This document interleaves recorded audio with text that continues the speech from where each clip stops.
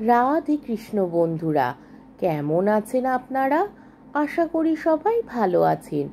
আজকে আবার একটা নতুন ভিডিও নিয়ে হাজির হয়ে গেছি। ভিডিওটি শেষ অবধি দেখার অনুরোধ রইল। আজকের গল্প রবীন্দ্রনাথ ঠাকুরের দৃষ্টিদান। আজকে গল্পের ষষ্ঠ পর্ব বা শেষ পর্ব। বৈশাখ মাসের মাঝামাঝি একদিন ঝি আসিয়া আমাকে জিজ্ঞাসা করিল, মা ঠাকুরন, ঘাটে যে অনেক আয়োজনে নৌকা প্রস্তুত হইতেছে, বাবা মশাই কোথায় যাইতেছেন? আমি জানিতাম একটা কি উদ্যোগ হইতেছে। আমার অদৃষ্টাকাশে প্রথম কিছুদিন ঝড়ের পূর্বকার নিস্তব্ধতা এবং তাহার পরে প্রলয়ে ছিন্ন বিচ্ছিন্ন মেঘ আসিয়া জমিতেছিল। সংহারকারী শঙ্কর নীরব অঙ্গগুলির ইঙ্গিতে তাহার সমস্ত প্রলয় শক্তিকে আমার মাথার উপরে জড়ো করিতেছেন, তাহা আমি বুঝিতে পারিতেছিলাম। ঝিকে বলিলাম, কই, আমি তো এখনো কোনো খবর পাই নাই। ঝি আর কোনো প্রশ্ন জিজ্ঞাসা করিতে সাহস না করিয়া নিঃশ্বাস ফেলিয়া চলিয়া গেল। অনেক রাত্রে আমার স্বামী আসিয়া কহিলেন, দূরে এক জায়গায় আমার ডাক পড়িয়াছে, কাল ভোরেই আমাকে রওনা হইতে হইবে। বোধ করি ফিরিতে দিন 2-3 বিলম্ব হইতে পারে। আমি শয্যা হইতে উঠিয়া দাঁড়াইয়া কহিলাম, কেন আমাকে মিথ্যা বলিতেছ? আমার স্বামী কম্পিত অস্ফুট কণ্ঠে কহিলেন, মিথ্যা কি বলিলাম? আমি কহিলাম, তুমি বিবাহ করিতে যাইতেছ। তিনি চুপ করিয়া রহিলেন। আমিও স্থির হইয়া দাঁড়াইয়া রহিলাম। অনেকক্ষণ ঘরে কোনো শব্দ রহিল না। শেষে আমি বলিলাম, একটা উত্তর দাও, বলো। হ্যাঁ, আমি বিবাহ করিতে যাইতেছি। তিনি প্রতিধ্বনির ন্যায় উত্তর দিলেন, হ্যাঁ, আমি বিবাহ করিতে যাইতেছি। আমি কহিলাম, না, তুমি যাইতে পারিবে না। তোমাকে আমি এই মহাবিপদ মহাপাপ হইতে রক্ষা করিব। এ যদি না পারি, তবে আমি তোমার কিসের স্ত্রী? কি জন্য আমি শিব পূজা করিয়াছিলাম? আবার অনেকক্ষণ গৃহ নিঃশব্দ হইয়া রহিল। আমি মাটিতে পড়িয়া স্বামীর পা জড়াইয়া ধরিয়া কহিলাম, আমি তোমার কি অপরাধ করিয়াছি? কিসে আমার ত্রুটি হইয়াছে? অন্য স্ত্রীতে তোমার কিসের প্রয়োজন? মাথা খাও, সত্য করিয়া বলো। তখন আমার স্বামী ধীরে ধীরে কহিলেন, সত্যিই বলিতেছি, আমি তোমাকে ভয় করি। তোমার অন্ধতা তোমাকে এক অনন্ত আবরণে আবৃত করিয়া রাখিয়াছে। সেখানে আমার প্রবেশ করিবার জো নাই। তুমি আমার দেবতা, তুমি আমার দেবতার ন্যায় ভয়ানক।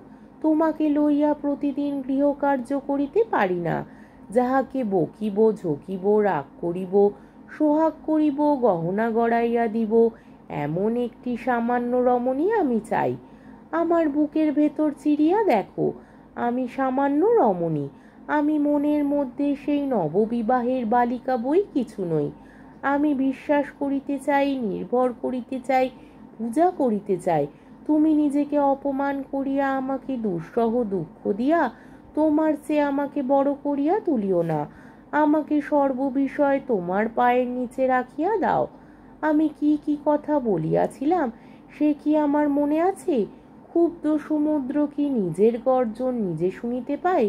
কেবল মনে পড়ে বলিয়াছিলাম, যদি আমি সতী হই তবে ভগবান সাক্ষী রহিলেন, তুমি কোনো মতেই তোমার ধর্ম শপথ লঙ্ঘন করিতে পারিবে না। সে মহাপাপের পূর্বে হয় আমি বিধবা হইব, নয় হেমাঙ্গিনী বাঁচিয়া থাকিবে না। এই বলিয়া আমি মূর্ছিত হইয়া পড়িয়া গেলাম। যখন আমার মূর্ছাভঙ্গ হইয়া গেল, তখনও রাত্রি শেষের পাখি ডাকিতে আরম্ভ করে নাই এবং আমার স্বামী চলিয়া গেছেন।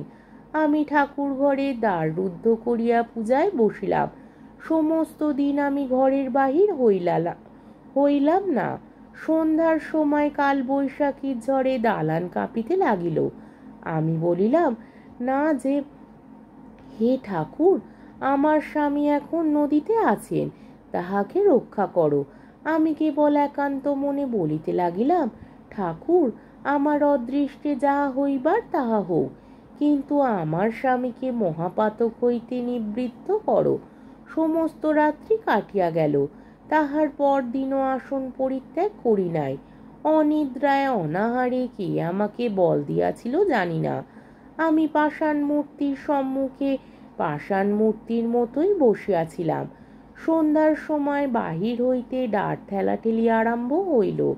দ্বার ভাঙিয়া যখন ঘরে লোক প্রবেশ করিল, তখন আমি মূর্ছিত হইয়া পড়িয়া আছি। মূর্ছাভঙ্গে শুনিলাম দিদি। দেখিলাম হেমাঙ্গিনীর কোলে শুইয়া আছি। মাথা নড়িতেই তাহার নতুন চেলি খসখস করিয়া উঠিল। হ্যাঁ ঠাকুর, আমার প্রার্থনা শুনিলে না? আমার স্বামীর পতন হইল। হেমাঙ্গিনী মাথা নিচু করিয়া ধীরে ধীরে কহিল, দিদি, তোমার আশীর্বাদ লইতে আসিয়াছি। প্রথম এক মুহূর্ত কাঠের মতো হইয়া পরক্ষণে উঠিয়া বসিলাম। কহিলাম, কেন আশীর্বাদ করিব না বোন? তোমার কি অপরাধ? হেমাঙ্গিনী আমার সুমিষ্ট উচ্চকণ্ঠে হাসিয়া উঠিল। কহিল, অপরাধ? তুমি বিবাহ করিলে অপরাধ হয় না, আর আমি করিলেই অপরাধ? হেমাঙ্গিনীকে জড়াইয়া ধরিয়া আমি হাসিলাম। মনে মনে কহিলাম, জগতে আমার প্রার্থনাই কি চূড়ান্ত? তাহার ইচ্ছাই কি শেষ নহে? যে আঘাত পড়িয়াছে সে আমার মাথার উপরেই পড়ুক, কিন্তু হৃদয়ের মধ্যে যেখানে আমার ধর্ম, আমার বিশ্বাস আছে, সেখানে পড়িতে দিব না। আমি যেমন ছিলাম তেমনই থাকিব। হেমাঙ্গিনী আমার পায়ের কাছে পড়িয়া আমার পায়ের ধুলা লইল। আমি কহিলাম, তুমি চির সৌভাগ্যবতী, চির সুখিনী হও। হেমাঙ্গিনী কহিল, কেবল আশীর্বাদ নয়, তোমার সতীর হস্তে আমাকে এবং তোমার ভগ্নিপতিকে বরণ করিয়া লইতে হইবে। তুমি আমাকে লজ্জা করিলে চলিবে না। যদি অনুমতি করো তাহাকে অন্তঃপুরে লইয়া আসি। আমি কইলাম, আনো। কিছুক্ষণ পরে আমার ঘরে নতুন পদশব্দ প্রবেশ করিল। সস্নেহ প্রশ্ন শুনিলাম, ভালো আছিস কুমু? আমি ত্রস্ত বিছানা ছাড়িয়া উঠিয়া পায়ের কাছে প্রণাম করিয়া কহিলাম, দাদা। হেমাঙ্গিনী কহিল, দাদা কিসের? কান মুলিয়া দাও, ও তোমার ছোট ভগ্নিপতি। তখন সমস্ত বুঝিলাম। আমি জানিতাম দাদার প্রতিজ্ঞা ছিল বিবাহ করিবেন না। মা নাই, তাহাকে অনুনয় করিয়া বিবাহ করাইবার কেহ ছিল না। এবার আমি তাহার বিবাহ দিলাম। দুই চক্ষু বইয়া হু হু করিয়া জল ঝরিয়া পড়িতে লাগিল। কিছুতেই থামাইতে পারি না। দাদা ধীরে ধীরে আমার চুলের মধ্যে হাত বুলাইয়া দিতে লাগিলেন। হেমাঙ্গিনী আমাকে জড়াইয়া ধরিয়া কেবল হাসিতে লাগিল। রাত্রে ঘুম হইতেছিল না। আমি উৎকণ্ঠিত চিত্তে স্বামীর প্রত্যাগমন প্রত্যাশা করিতেছিলাম। লজ্জা এবং নৈরাশ্য তিনি কিরূপভাবে সংবরণ করিবেন তাহা আমি স্থির করিতে পারিতেছিলাম না। অনেক রাত্রে অতি ধীরে ধীরে দ্বার খুলিল। আমি চমকিয়া উঠিয়া বসিলাম। আমার স্বামীর পদশব্দ। বক্ষের মধ্যে হৃৎপিণ্ড আছাড় খাইতে লাগিল। তিনি বিছানার মধ্যে আসিয়া আমার হাত ধরিয়া কহিলেন, তোমার দাদা আমাকে রক্ষা করিয়াছেন। আমি ক্ষণকালে মোহে পড়িয়া মরিতে যাইতেছিলাম। সেদিন আমি যখন নৌকায় উঠিয়াছিলাম, আমার বুকের মধ্যে যে কি পাথর চাপিয়াছিল তাহা অন্তর্যামী জানেন। যখন নদীর মধ্যে ঝড়ে পড়িয়াছিলাম, তখন প্রাণের ভয়ও হইতেছিল। সেই সঙ্গে ভাবিতেছিলাম, যদি ডুবিয়া যাই, তা হইলেই আমার উদ্ধার হয়। মথুরগঞ্জে পৌঁছাইয়া শুনিলাম তাহার পূর্বদিনেই তোমার দাদার সঙ্গে হেমাঙ্গিনীর বিবাহ হইয়া গেছে। কি লজ্জা এবং কি আনন্দে নৌকায় ফিরিয়াছিলাম তাহা বলিতে পারি না। এই কয়দিনে আমি নিশ্চয় করিয়া বুঝিয়াছি, তোমাকে ছাড়িয়া আমার কোনো সুখ নাই। তুমি আমার দেবী। আমি হাসিয়া কইলাম, না, আমার দেবী হইয়া কাজ নাই। আমি তোমার ঘরের গৃহিণী, আমি সামান্য নারী মাত্র। স্বামী কহিলেন, আমারও একটা অনুরোধ তোমাকে রাখিতে হইবে। আমাকে আর দেবতা বলিয়া কখনো অপ্রতিভ করিও না।